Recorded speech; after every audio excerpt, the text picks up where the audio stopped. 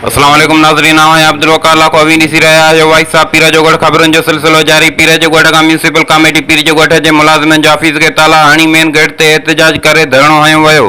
जेसिताईं असांजो गैर कानूनी कटौती कयल पगार वापस न कयूं वेंदियूं तेसिताईं असां ऑफिस के ताला हणी धरणो जारी रखंदासीं। म्यूनिसिपल कमेटी पीर जो गढ़ जा मुलाजिम खबर मूजिब म्यूनिसिपल कमेटी पीर जो गढ़ के मुलाजिमन जो ऑफिस के ताला हणी मेन गेट ते एहतजाज करे धरणो हयो वियो। धरणे जी अगवाणी सैयद मसूद शाह, सैयद सोहेल शाह, अजीज गुमरो, नादर बबर, इरशाद उर्फ बर मेमन, मोहम्मद सिद्दीक सहित मीडिया ग्रुप पीर जो गढ़ सां ॻाल्हाईंदे चयो त रिटायर मुलाज़िमन इरशाद उर्फ बर मेमन समेत टिनि खे chief municipal officer Bano Khan मर 2.5 लाख रुपयनि जो चेक जाली ॾेई साबित कयो आहे त ही ठगन जो टोलो आहे जेके मुलाज़िमन जे हर महीने रत चुसींदा रहनि था।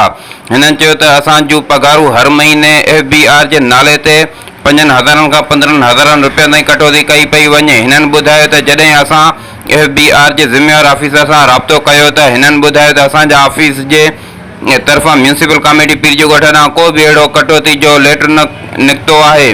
हिननि चयो त असां हर महीने गुंडागर्दी जे ज़बरदस्ती कटौती कई पई वञे, जंहिंजे करे असां ऑफिस के ताला हणी एहतजाज कयो आहे। हिननि चयो त जेसिताईं असांजूं गैर कानूनी कटौती कयल पगार वापसि न कयूं वेंदियूं तेसिताईं असां ऑफिस के ताला हणी धरणो जारी रखंदासीं।